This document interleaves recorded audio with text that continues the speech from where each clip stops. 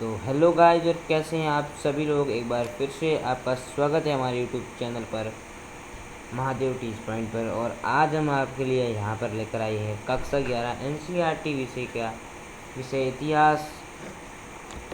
NCERT कक्षा 11 विषय इतिहास पार्ट 1 समय की शुरुआत से का पार्ट 2 हम स्टार्ट करने जा रहे हैं। पार्ट 1 आपने देख लिया होगा, नहीं देखा है तो डिस्क्रिप्शन बॉक्स में जाकर लिंक पड़ा है, वहाँ पर क्लिक करके आप देख सकते हैं।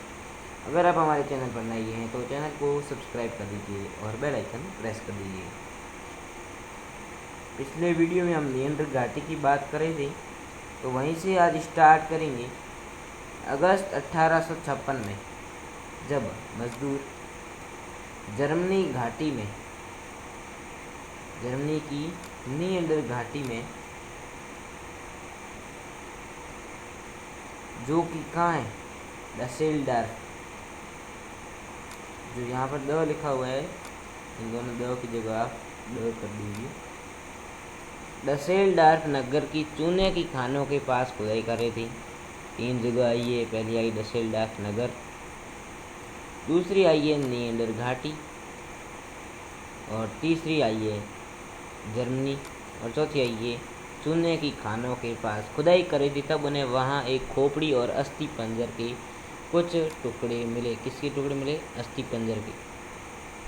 ये चीज़ें उन्होंने, एक शिक्षक था का नाम था कार्ल फुलरॉट।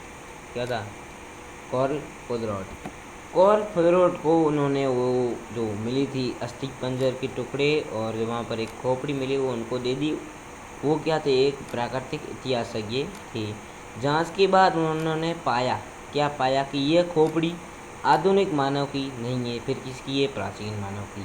फिर उन्होंने प्लास्टर से उस खोपड़ी का ढांचा बनाया और बॉन सोसाइटी का जो विश्वविद्यालय था, उसके जो प्रोफेसर थे जर्मन साफ हुसैन, को भेज दिया। अगले वर्ष दोनों ने मिलकर दोनों ने, एक कार्ल फुलरॉट और दूसरा जर्मन साफ हुसैन, दोनों ने मिलकर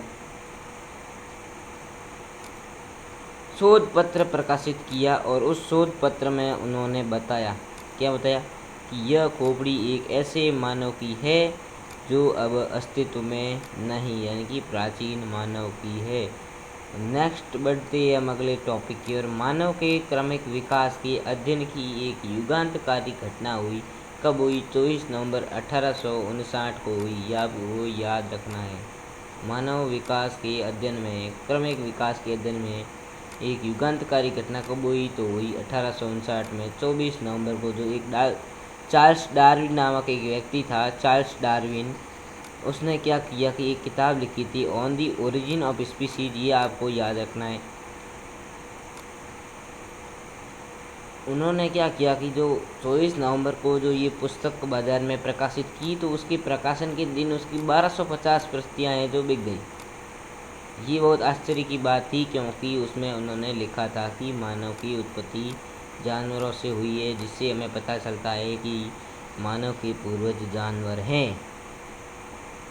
नेक्स्ट बढ़ते हैं मानव के क्रमिक विकास की कहानी। आधुनिक मानव के पूर्वज आएगा पहली बार में, दूसरी बार आएगा आधुनिक मानव। पहले आएगा पूर्वज, बाद में आएगा आधुनिक मानव। पहले आया था वानर, और उसके बाद में आया था ऑस्ट्रेलोपिथिकस 2 नंबर पर, 3 नंबर पर होमो इरेक्टस, 4 नंबर पर होमो सेपियंस। और वानर ऑस्ट्रेलोपिथिकस क्या थे? 4 पैरों पर चलते थे, 4 पैरों पर चलते थे, और सीधे खड़े होकर चलने वाले व्यक्ति हैं ये। कौन? होमो इरेक्टस। ये 4 पैरों पर चलते थे। इनकी गति क्या थी? तेज थी दौड़ने की, क्योंकि 4 पैरों पर दौड़ेंगी तो तेज दौड़ेंगी। और इसमें क्या थी? धीमे दौड़ेंगी इरेक्टस में, क्योंकि सीधे चल रहे थे। और होमो सेपियंस क्या थे? चिंतनशील मानव थे। अब बात करेंगे मानव के क्रमिक विकास की कहानी के बारे में कि ये सबसे पहले कौन आया और कब आया।